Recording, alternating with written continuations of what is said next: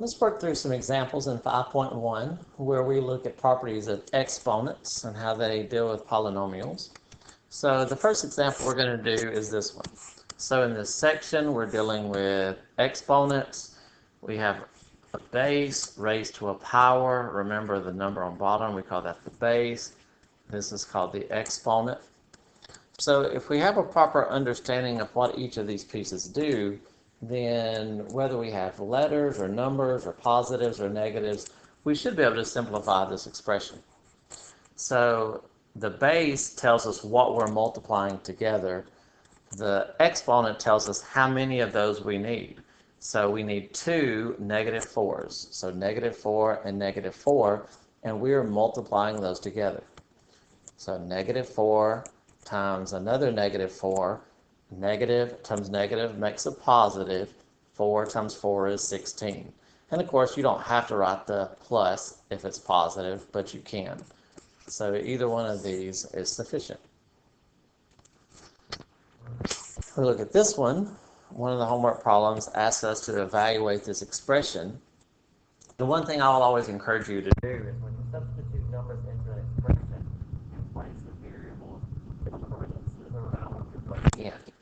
When we have the expression 2xy squared, what that really means is 2 times x times whatever y is squared. So we're going to replace x with the number 3.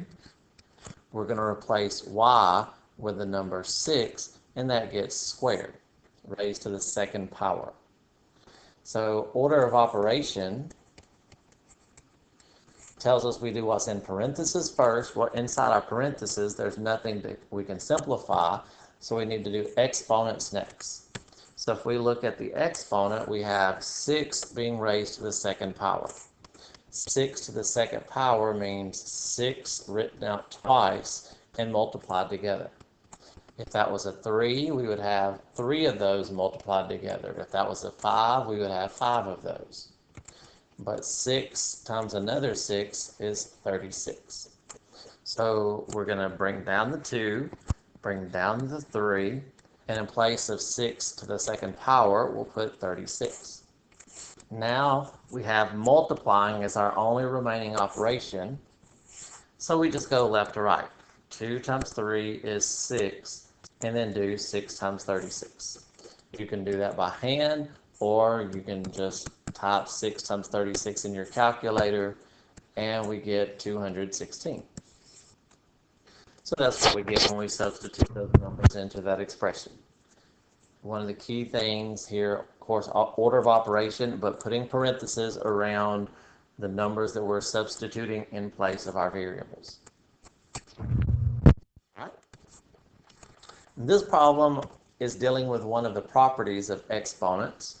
When we're multiplying things together at base, we always add the exponent. Sometimes you'll see it written out like this. X to a power times x to another power. The way we simplify that is we keep our base and we add the exponents. If you think about it, 4 times 4 negative 2's. This part means we have negative 2 9 different times, and I guess this time we'll go ahead and write all of them out. Normally we wouldn't do this. 1, 2, 3, 4, 5, 6, 7, 8, 9.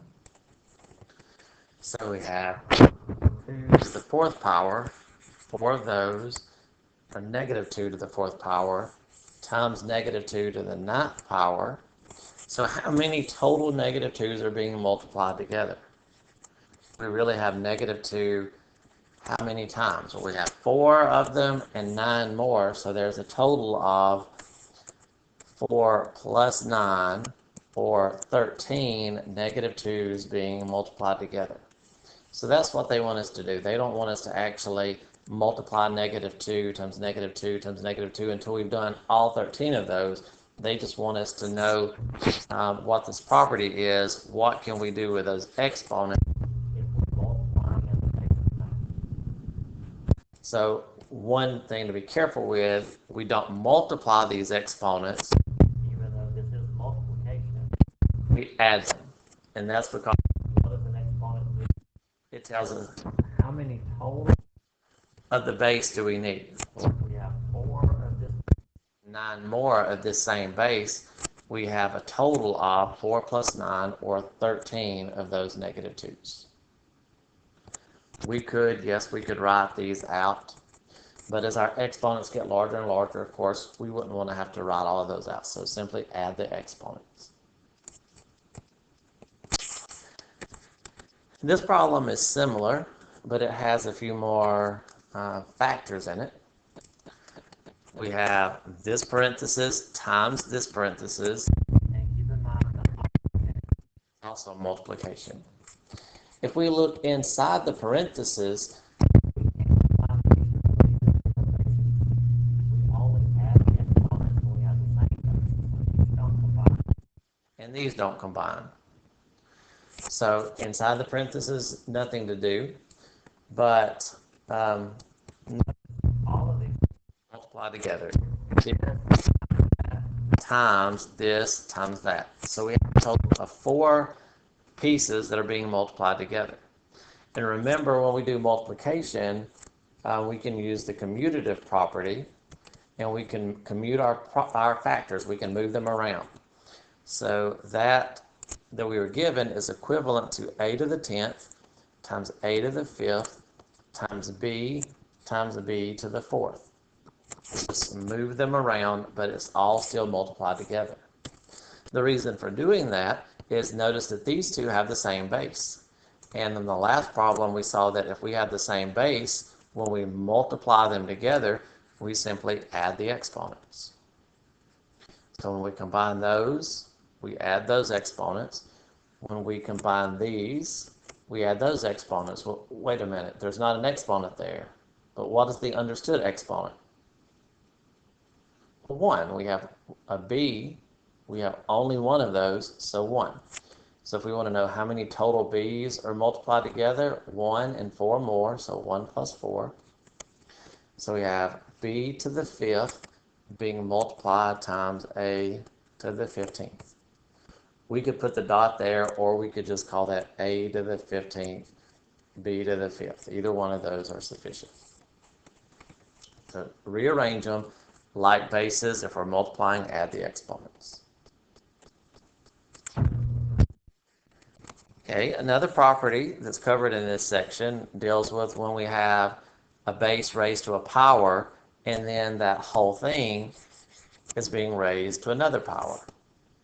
So essentially we have z to the 9th as our base, and we have that 6 different times.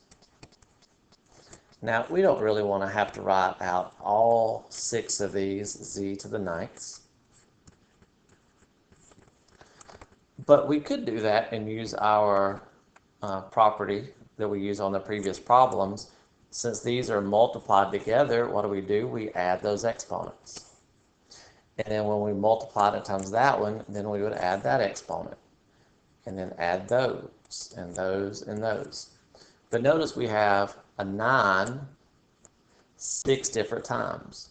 So if we add 9 plus 9 plus 9 plus 9 plus 9 plus 9, an easier way of saying that is that we have 9 times 6.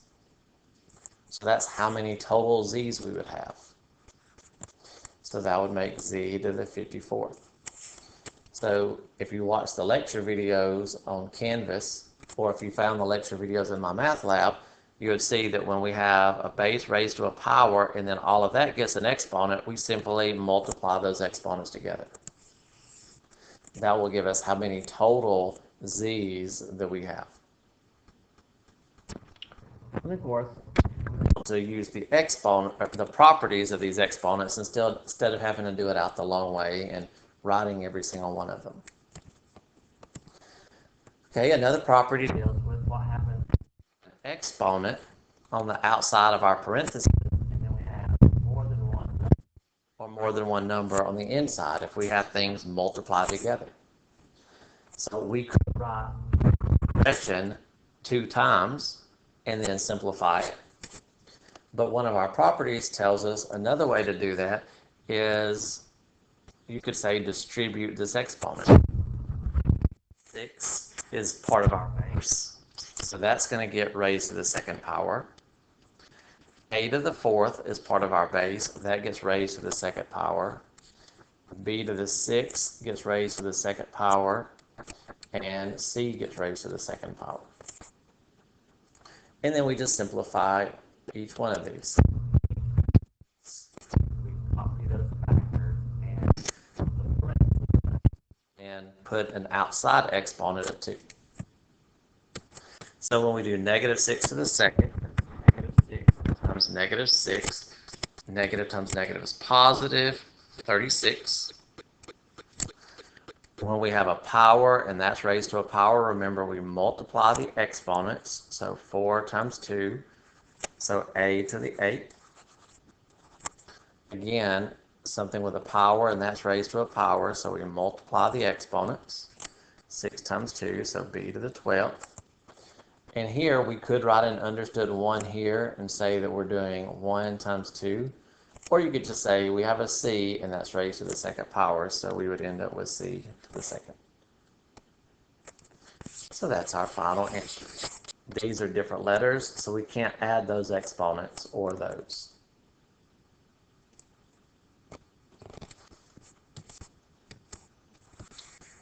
The same rule applies even if we have a fraction.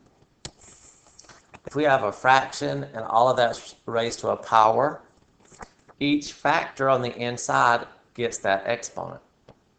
Now notice I said factor. A factor is something that is a product or a quotient, things that are either multiplied or divided. If we had an adding or subtracting inside the parentheses, then this rule would not apply. But anytime we have things that are multiplied together or divided, and then all of that is raised to a power, each factor gets that exponent. So the 5 on top gets raised to the second power. The x squared gets raised to the second power. Z to the fourth gets raised to the second power. And on bottom, y to the fourth gets raised to the second power. So 5 squared, that's 5 times 5, so that gives us 25. Here, our base has an exponent that's raised to a power, so we multiply those exponents, so x to the fourth. Same thing here, a base has a power that's also got a power, so we multiply those exponents. And then on bottom, 4 times 2 gives us y to the 8th. We don't have the same letters on top and bottom, so we can't reduce or simplify or combine anything. So that's as far as we go here.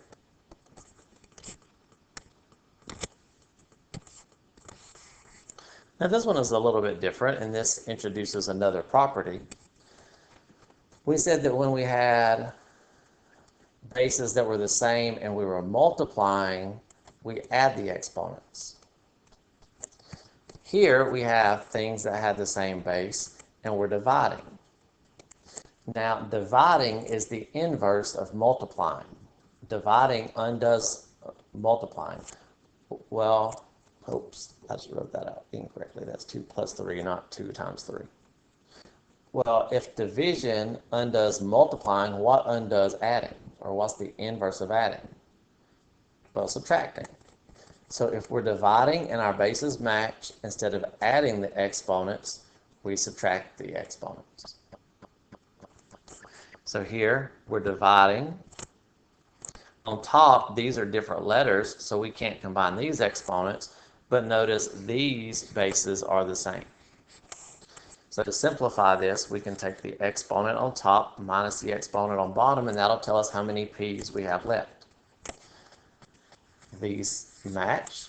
This is q to the third, this is q to the first. Those have the same base, so to find out how many q's are left, we can subtract the exponents. So 8 minus 7 is 1, so we have p to the first, or just p. 3 minus 1 is 2, so q to the second. And essentially all we did there is we reduced. We canceled out things that we had in common. If you imagine if we had 2 times 2 on top and we had 2 times 3 on bottom, we have a common factor between the top and the bottom, so we can cancel out whatever they have in common. They have 1 in common, so we can cancel a 2 out on top and a 2 out on bottom. We can't cancel this 2 out because there's not a 2 on bottom to cancel it out with. So if we have p to the 8, that means we have 8 p's on top. And if we have p to the 7 p's on bottom.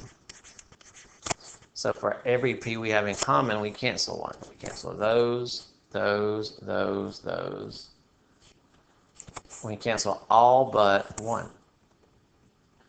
So how many do they have in common? If we have 8 here and 7 here, then top and bottom both have at least 7. So we can cancel out 7. Well, if I cancel 7 out there, those are gone.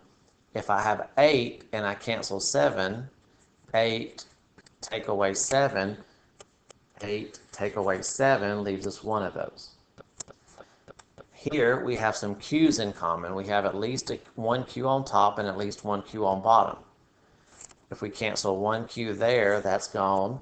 If we cancel 1 q there, we had 3 and we're canceling 1. So 3 minus 1 tells us how many q's are left. So this is just a property that we can use to help us reduce fractions when we have common bases.